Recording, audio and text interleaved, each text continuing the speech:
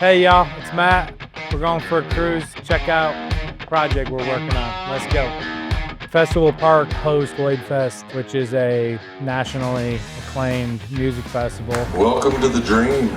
We were hired on to help with the site planning, permitting, and accomplishing all the work there. We had a little bit of issues with some of the permitting, but we pulled a good team together and worked through it. And now we've had a successful event, and we're kind of working on new projects they come with based on a list they come up with after the music festival of needs for the next year's festival and potential future events. So today we're going to check on the progress on a few of those things and see how it's going.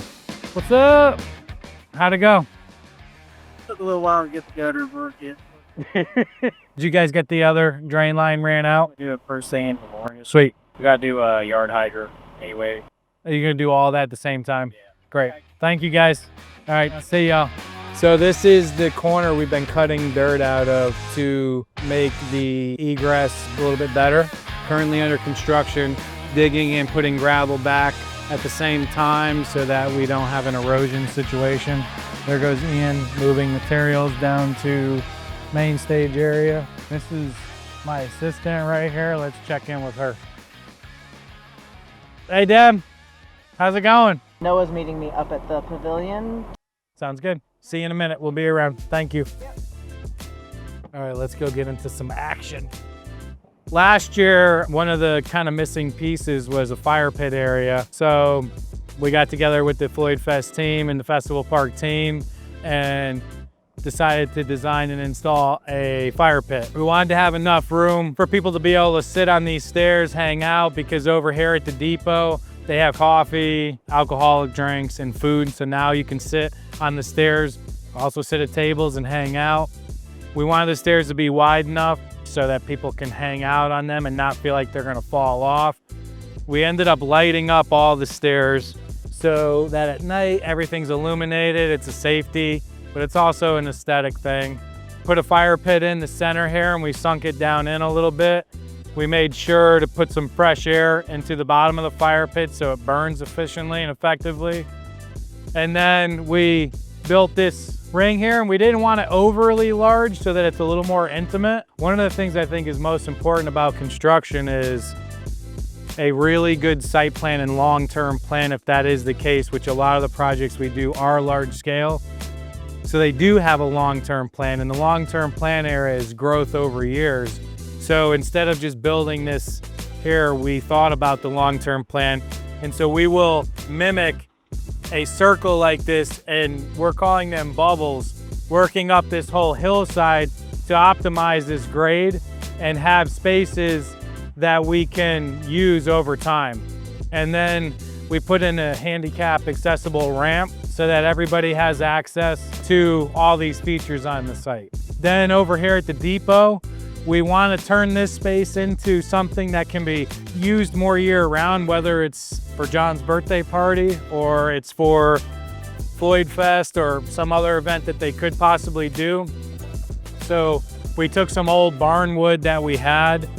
Sometimes I buy in auctions and I have a bunch of it sitting around. It just is a good look to kind of close this in, and we put some garage doors in so that this space can be opened or closed and keep the inside leaves out, weather out, driving range, different things like that. So this project's actually wrapping up. So we made the openings, adjusted the headers, and put some garage doors in. So now this is a multi-use space. We also poured a slab in here. We powered up the building so that it's more accessible. And we also have these wings out back. How's it going? What are you guys up to? About a dumping chips. Good, thanks. This is an area here where a food vendor will be set up during the event. This is completely different, completely set up as an area for food. And then we put these little pump houses in place for the wells and the water distribution on the site so that they're easily moved if we need to move them around the site. So they're not permanent. They will eventually become permanent once we actually decide this is the final landing place. What's up, buddy? I'm Matt. Are you working on this crew now? Sorry to hear that. Oh, just kidding.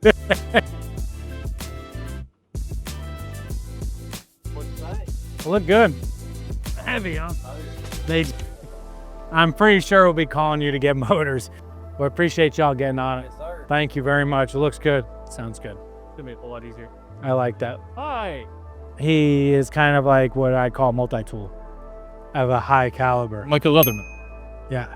He's pretty high up in the company. I built this company like a family, and so everybody's important. It's not doing it just to try to convince people that they're involved, but it's to do it because it's just the right thing to do. And it's how we're able to get so much done.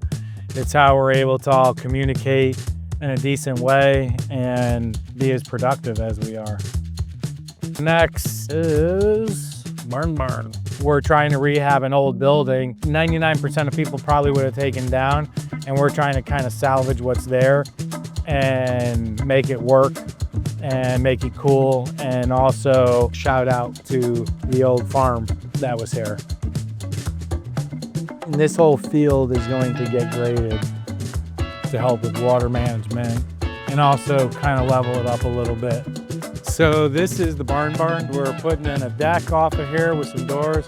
Hey Tyler, how's it going? Good. Looks good, buddy.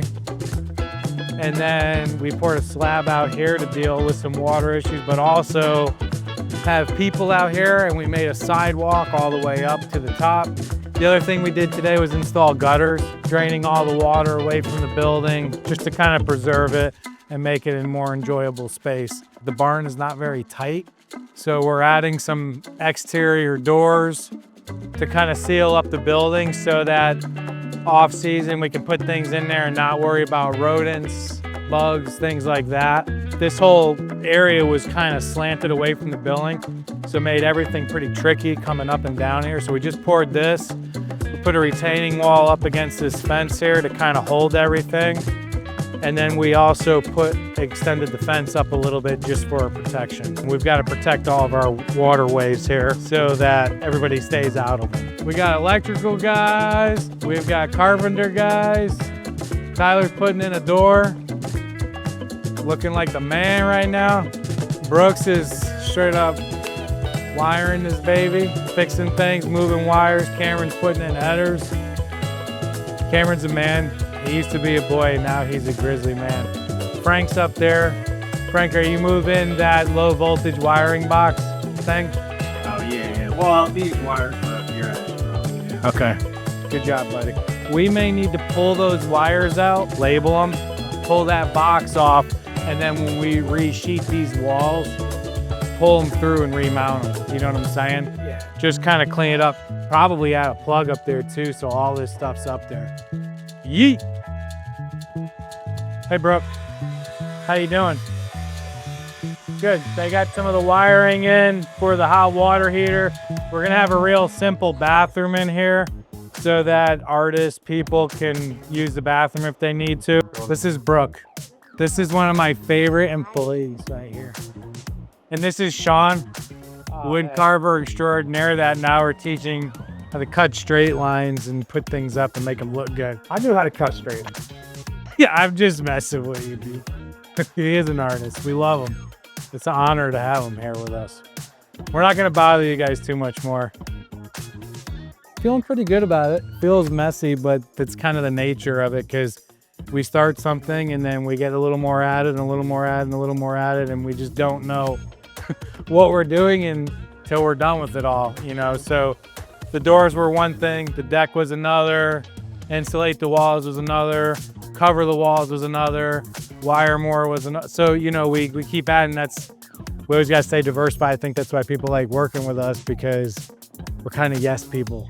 We figure out how to make it happen, and we have a bunch of people that work with Omnibuild, so we're able to do a lot quickly and knock it out. That's why people like working with us. A lot of these decisions that are made by the staff with FestivalPark and FloydFest, and then we just implement them. So this is a golf cart path to get people across the field, so we're not continually destroying this field. And then this field last year, when you stood here, you couldn't see across it because this was all hills. We brought in farm equipment and tractors, and we tilled and regraded this field to help with water flow. These are delay towers for the main stage that will have speakers on them. We replanted this field and hydro seeded it. It's doing pretty good. So this is a big accomplishment here for us. One of the biggest problems that were talked about was the distance between the people and the stage. It's a really tricky thing to kind of figure out because we have to be careful of how we work around our waterways here because they are protected and we want to continue to protect them, but we also want to make everybody's experience great because most of the time you're 15 feet away from the stage and it feels like you're a part of what's going on. And in this case, quite a bit further. So before, people would be standing about here watching the music. And a lot of people said I was like 30 feet from the stage, but you're actually almost 50 feet here. And so we came up with the solution of driving sheet piles along the creek, down 17 feet, fully engineered, worked through with the Army Corps of Engineers, our local governing authorities to make this all happen. And we came up with this design to basically make a walkway that flowed with the organic flow of the stream and get people right on the music. So this is all steel, will be painted before the festival. The sidewalk is just kind of a nice, clean edge against this so that this grass isn't growing right up and have an erosion issue here. So it's just gonna make this whole experience a lot better. So we got some gutter guys up at the pavilion up here, and also one of my top guys, Noah Byler. He kind of spearheaded this project with Luke Thomas to pull this whole thing together because it's quite a complicated project. Now, it is definitely his baby. So much so that during the event, he's been asked to be up there to assist with anything needed. And that's one of the things with Omnibuild that makes it cool is we really care about what we're doing and our relationships with our customers. And instead of putting a big stormwater pond out here, we came up with a creative solution to put this entire stormwater pond underground. How it works is there's points of entrance into it, channeling water through ditch lines, comes in to this system, and then there's 3 chambers, and the water fills up into these 3 pipes, and they're 3 feet in diameter, and they're each 500 feet long. There's 3 of them. And so they're all connected by pipes in between. They come into this thing called a weir. It's a big system right here. The water raises in there and has a series of different sizes of holes that releases stormwater into the waterways. And so Department of Environmental Quality, our engineers decide on where it should be released and how much, and that's how this is all designed, and then we implement it. And it's fully inspected all the way through. It goes through here, hits this manhole, and these manholes are so they're serviceable. And then over here in the jog in the fence, it exits at the creek. So if we have a huge rain event, you might go to this release area and it might be coming out a lot slower than you would expect. That means the stormwater system is doing what it's supposed to do.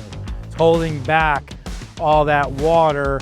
Because of the construction we've done here, we've disrupted the natural flow, what they would call sheet flow. And so now we're channelizing it and addressing it in a different way. Miles and miles and miles of fencing, 12 bridges, footbridges, maybe 6. All of them are span bridges, so we're completely out of the waterways. We didn't do any culverts at all because we wanted to completely respect all the waterways. All right, we're at the pavilion on the higher ground.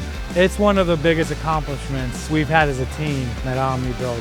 One, because we had 9 months to build this entire venue because of permitting complications.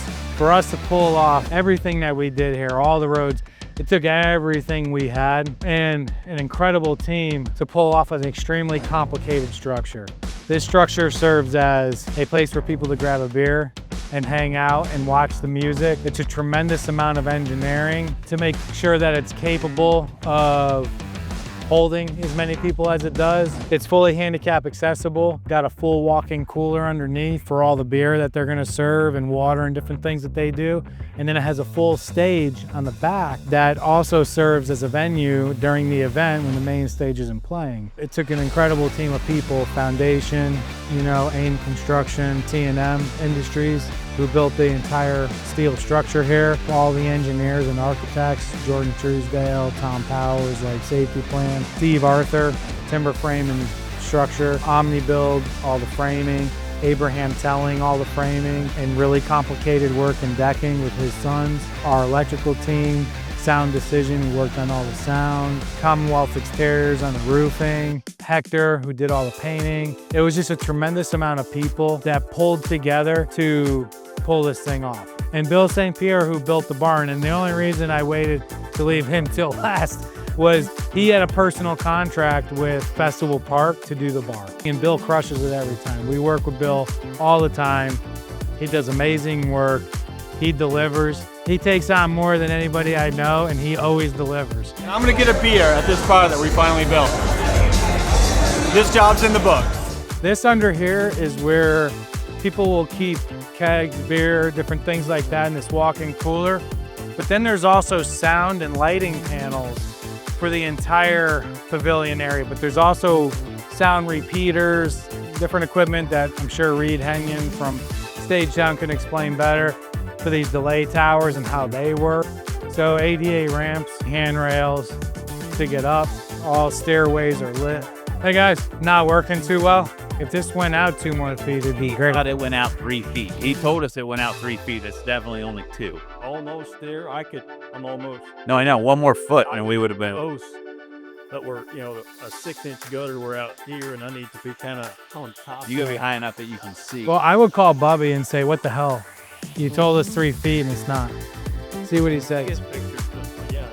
This is the bar that Bill built, and it's all out of reclaimed wood from the other site. Noah worked hand in hand with him, and also Luke. One of the things we came up with on this pavilion was how to deal with the water, and we put these pits in and covered them with gravel so that it's a real natural way to deal with all this water up here. This was something that I developed. It sounds like the crane is gonna work out for tomorrow for the gutter installation. Yeah. It's just a great spot on the property. It's a little bit of a hike, but it's worth it. We're leveling this area out over here.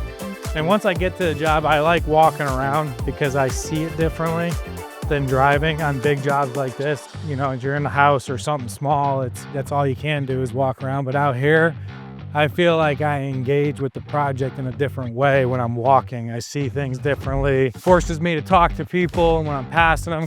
This is one of the bridges here that we built. They're all VDOT rated for fire trucks, emergency vehicles, anything you can fit on this, it'll take. So this is the area here. We stripped all the topsoil here, pushed it towards the back. We put in a drainage system to deal with the groundwater here. And now what we're doing, we brought fill in to deal with the grade situation. And now we're placing the topsoil back on top of everything. We'll rake it, we'll fertilize and seed it, and then we'll hydro attack it all with hay. And then we'll start watering. And we have quite a serious watering system because we need this grass to grow. I like walking and looking for things.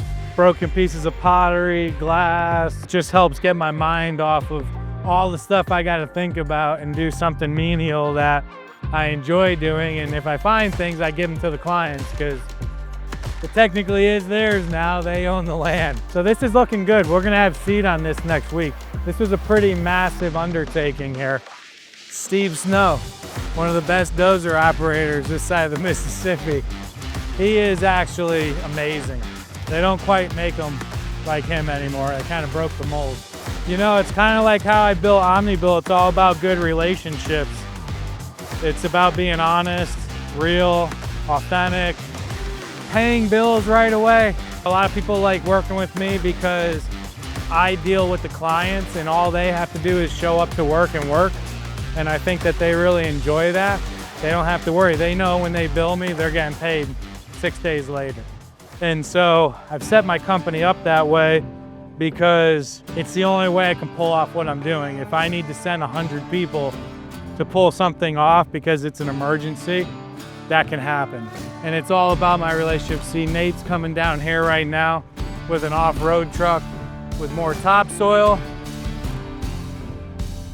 And he's being respectful because he knows we're filming right now and he doesn't want to interrupt us, but I want him to interrupt us because I want him to say hi. We just went through the VIP zone. Now we're going over the VIP to VIP RV zone, another bridge. And we're walking all the way back around to the main stage. Looks good. Where are you getting topsoil from? Is there enough up there? Good. That looks great. Sweet. Well, I'm gonna go walk back to my truck before I get caught in the rain. Garth Reed, man, the myth, the legend. Hey, how are you? This is Adele. She's one of the hefes out here. Yeah, God, don't hit me on camera. VIB, very important boss. You doing all right? Good. Are you happy with everything? Yeah, everything looks good. Coming together. All right, thanks, Adele. All right, it's gonna rain. Look, dude, we can still roll. Here. This is Nate. Let's say hi to Nate.